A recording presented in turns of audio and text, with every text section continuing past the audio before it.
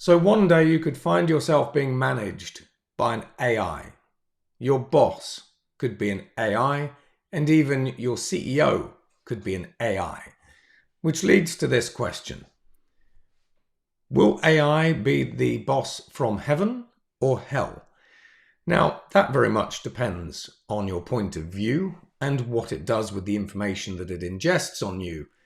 Now, this article was posted yesterday on LinkedIn and it caught my interest because I've been following this space for up to 15 years. I used to work at IBM, and IBM would use IBM Watson to monitor employee communications, behaviors, and all kinds of other things.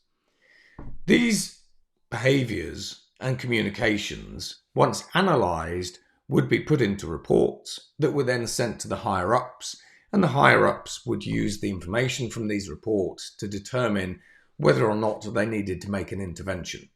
Now, whether that intervention was you needed to be fired, or you needed additional training, or additional help, it depended on the situation. However, when we have a look at AI as a boss, the fact of the matter is there are pros and cons. Now, Uber and Amazon were recently taken to court because their AIs were monitoring employee performance, and if those employees didn't meet particular KPIs, they were automatically fired by the AIs. So imagine Uber, where you have millions of gig economy workers, you have people who are getting very, very low ratings. Why have a human in the loop? Why not use artificial intelligence just to fire the worst drivers? And that's what Uber have been doing. In Amazon's case, they would use artificial intelligence combined with machine vision in the warehouses to analyze how many packages a warehouse worker would fulfill. And it would do two things then. If it found that a worker's productivity was quite low, then it could make an intervention with their bosses, and their bosses could say, look, we've noticed that you've been having problems picking packages up and meeting your quotas. Let's help you hit your quota. And they'd do a variety of things to try to help that employee improve their performance. But similarly, just like we saw with Uber, those AIs would fire Amazon workers if they weren't hitting particular quotas. Now, when we have a look at the use of artificial intelligence across a wide range of sort of workplace activities, increasingly we can use AI to understand what your skill levels are. So say, for example, it's monitoring your email communications. You're sending an email to a customer, you're trying to close a deal.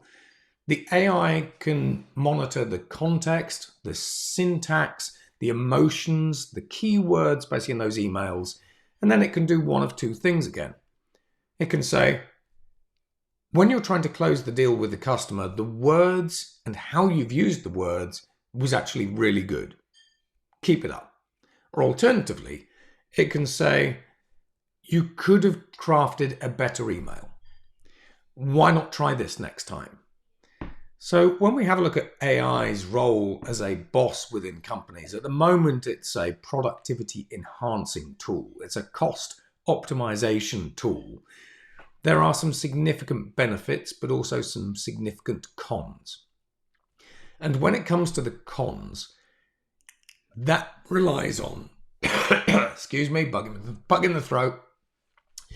When it comes to the cons of artificial intelligence, that very much depends how the companies who've used and deployed AI within their workforce optimization systems and so on and so forth have done it.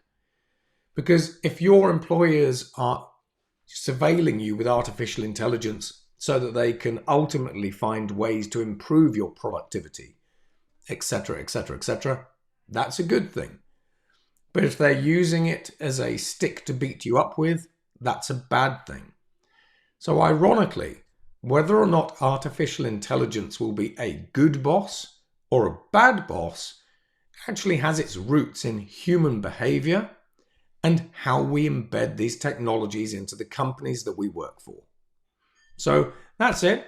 I'm going to go and have a lozenge now. But if you have any questions on this particular topic, it's a fascinating topic, especially as we look forward to decentralized autonomous organizations, where not only your boss can be an artificial intelligence, but the CEO of the company, the person running the company, is an AI, which is maybe a topic for another time. We are opening this entire can of worms with AI as it relates to the workforce, the workplace, and workforce productivity. This is just the tip of the iceberg. Goodbye.